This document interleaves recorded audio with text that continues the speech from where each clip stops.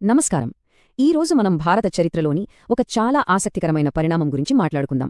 అదేంటంటే, వ్యాపారం కోసం మన దేశానికి వచ్చిన యూరోపియన్ కంపెనీలు చివరికి మనల్ని పాలించే స్థాయికి ఎలా ఎదిగాయి? ఇది కేవలం వ్యాపారం కథ కాదు, వ్యాపారం నుంచి ఆధిపత్యం వరకు సాగిన ఒక పెద్ద కథ. అసలు ప్రశ్న ఇదే కదా, ఒక వ్యాపార సంస్థ ఒక దేశాన్ని ఎలా జయించగలదు? కేవలం సుగంధ ద్రవ్యాలు, బట్టల కోసం వచ్చిన వాళ్లు చివరికి ఒక పెద్ద సామ్రాజ్యాన్నే ఎలా నడపగలిగారు? అసలిది ఎలా మొదలైందో, ఆ సంఘటనల వెనుకున్న కథేంటో ఇప్పుడు చూద్దాం. సరే, కథలోకి వెళ్దాం. అప్పటికే కొన్ని వందల సంవత్సరాలుగా ఇండియాకి యూరప్కి మధ్య భూమార్గం ద్వారా వ్యాపారం జరుగుతూనే ఉంది. కాని ఒక కొత్త సముద్రమార్గం కనిపెట్టడంతో మొత్తం సీన్ మారిపోయింది. ఇక అక్కడ్నుంచి ఒక కొత్త శకం, ఒక పెద్ద పోటీ మొదలైంది. ఈ చిత్రంలో చూస్తున్నాం కదా, ఇతనే వాస్కోడగామా. 1498 మే 17న ఇతను క్యాలికట్ ఓడరేవుకు చేరుకున్నాడు. ఆ సంఘటనతోనే ఈ సముద్ర వాణిజ్య పోటీ అధికారికంగా మొదలైందని చెప్పొచ్చు. అతని రాకతో భారతదేశంలోని సంపద కోసం మిగతా యూరోపియన్ దేశాల కళ్ళు కూడా ఇటువైపు పడ్డాయి. మొదట్లో పోర్చుగీసుల ప్లాన్ చాలా సింపుల్గా ఉండేది. కేవలం వ్యాపార కేంద్రాలు ఏర్పాటు చేసుకోవాలి, అంతే.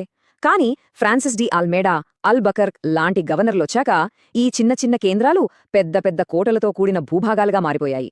అంటే వ్యాపారం నెమ్మదిగా ఆక్రమణ వైపు మళ్ళింది. పోర్చుగీస్ వాళ్లు చాలా వేగంగా విస్తరించారు. ఇక్కడ చూస్తున్నట్లుగా పశ్చిమ, తూర్పు తీరాల్లో చాలా ముఖ్యమైన ప్రాంతాలను తమ ఆధీనంలోకి తెచ్చుకున్నారు. ఇందులో గోవా అయితే తూర్పున వాళ్ల సామ్రాజ్యానికే రాజధానిగా మారింది. అయితే పోర్చుగీసుల ఆధిపత్యం ఎక్కువ కాలం సాగలేదు. ఎందుకంటే భారతదేశంలో వ్యాపారంలో ఉన్న లాభాలు చూసి మిగట యూరోపియన్ దేశాలు కూడా ఈ రేస్లోకి వచ్చేశాయి. దీంతో భారత తీరమంతా కొత్త పోటీదారులతో నిండిపోయింది. ఈ టైంలైన్ చూస్తే మనకు పోటీ ఎంత తీవ్రంగా ఉందో అర్థమవుతుంది. పోర్చుగీస్ వాళ్లు వచ్చాక ఓ 150 ఏళ్లలో డచ్, ఇంగ్లీష్, ఫ్రెంచ్ వాళ్లు కూడా ఒకరి తర్వాత ఒకరు ఈ వాణిజ్య యుద్ధంలోకి దిగారు. డచ్ ఈస్ట్ ఇండియా కంపెనీ మొదట్లో చాలా పవర్ఫుల్గా ఉండేది. కాని ఇంగ్లీష్ వాళ్లతో ఉన్న గొడవల వల్ల వాళ్లు నెమ్మదిగా తమ పట్టు కోల్పోయారు. చివరికి వాళ్ల స్థావరాలను కూడా బ్రిటిష్ వారికి అప్పగించాల్సొచ్చింది.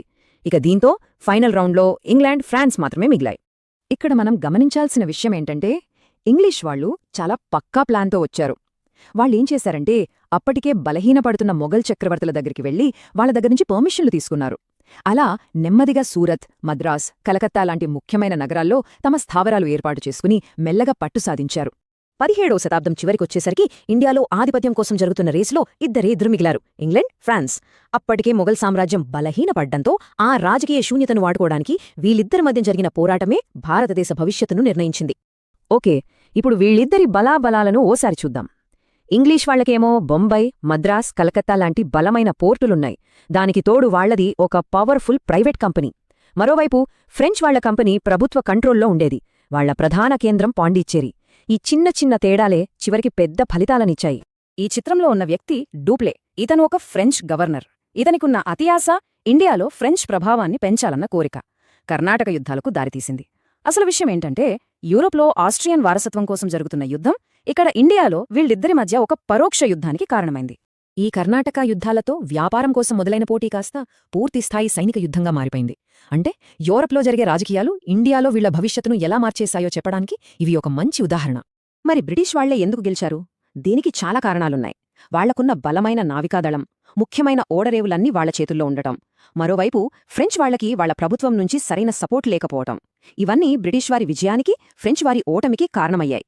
తమ ముఖ్యమైన ప్రత్యర్థి అయిన ఫ్రెంచ్ వారిని పక్కకు తప్పించాక ఇంగ్లీష్ ఈస్ట్ ఇండియా కంపెనీ దృష్టి మొత్తం భారతదేశంలోనే అత్యంత సంపన్న ప్రాంతమైన బెంగాల్ మీద పడింది. ఇక్కడి నుంచే వాళ్ల ఆధిపత్యానికి అసలైన పునాది పడింది. ఈ కొత్త దశలో చాలా ముఖ్యమైన వ్యక్తి రాబర్ట్ క్లైవ్. బ్రిటిష్ వాళ్లు ఇండియాలో విస్తరించడానికి ఇతనే అసలైన రూపకర్త అని చెప్పొచ్చు. 1757 ఈ సంవత్సరం భారత చరిత్రలోనే ఒక పెద్ద టర్నింగ్ పాయింట్. ఎందుకంటే ఇదే ప్లాసీ యుద్ధం జరిగిన సంవత్సరం. ఇక్కడసలు ట్విస్ట్ ఏంటంటే, ప్లాసీ యుద్ధంలో బ్రిటిష్ వాళ్లు గెలిచింది కేవలం వాళ్ల సైనిక బలంతో కాదు, రాజకీయ కుట్ర కూడా ఇందులో పెద్ద పాత్ర పోషించింది. నవాబు సైన్యాధిపతి మీర్ జాఫర్ చేసిన ద్రోహం యుద్ధం ఫలితాన్ని పూర్తిగా మార్చేసింది. సో ప్లాసీ యుద్ధం తర్వాత ఏం జరిగిందంటే, దాని ప్రభావం చాలా పెద్దది. ఈ ఒక్క సంఘటనతో కంపెనీ చేతికి బెంగాల్ దివానీ హక్కులు వచ్చేశాయి. అంటే పన్నులు వసూలు చేసే పూర్తి అధికారం వాళ్లకే దక్కింది. చెప్పాలంటే భారతదేశంలో బ్రిటిష్ పాలనకు పునాది పడింది ఇక్కడే. చివరిగా ఈ మొత్తం చరిత్ర మన ముందు ఒక పెద్ద ప్రశ్నను ఉంచుతుంది. ఒక వ్యాపార పోటీ ఒక దేశ భవిష్యత్తునే మార్చేసింది కదా, మరి కంపెనీలు దేశాలంత శక్తిని ప్రయోగిస్తే ఏం జరుగుతుంది? ఈ ప్రశ్న ఆ రోజుల్లో ఎంత ముఖ్యమో ఈ రోజుల్లో కూడా